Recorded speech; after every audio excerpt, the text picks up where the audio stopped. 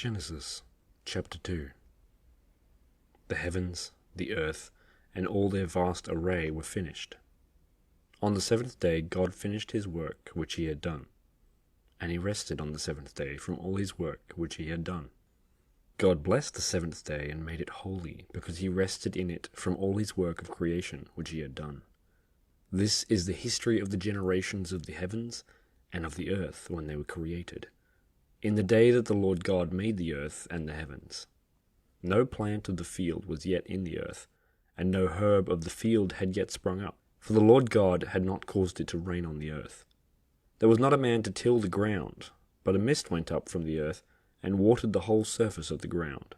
The Lord God formed man from the dust of the ground, and breathed into his nostrils the breath of life, and man became a living soul. The Lord God planted a garden eastward in Eden, and there he put the man whom he had formed.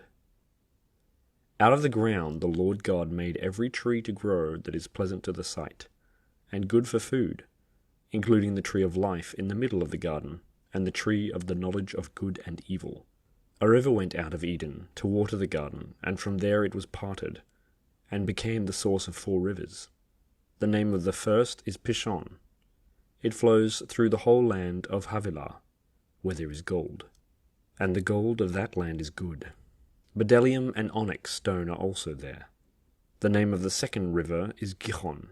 It is the same river that flows through the whole land of Cush. The name of the third river is Hiddekel. This is the one which flows in the front of Assyria. The fourth river is the Euphrates. The Lord God took the man and put him in the Garden of Eden to cultivate and keep it. The Lord God commanded the man, saying, "You may freely eat of every tree of the garden, but you shall not eat of the tree of the knowledge of good and evil. For in the day that you eat of it, you will surely die." The Lord God said, "It is not good for the man to be alone. I will make him a helper comparable to him."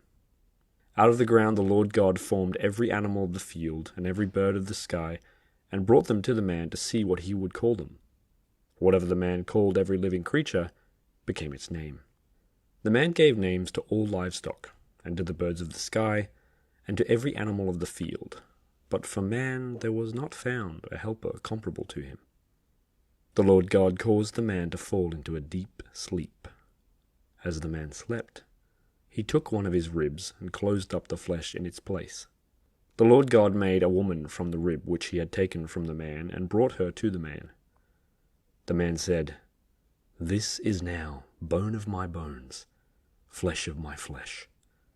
She will be called woman, because she was taken out of man.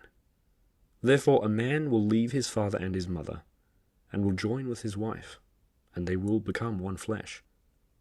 The man and his wife were both naked, and they were not ashamed.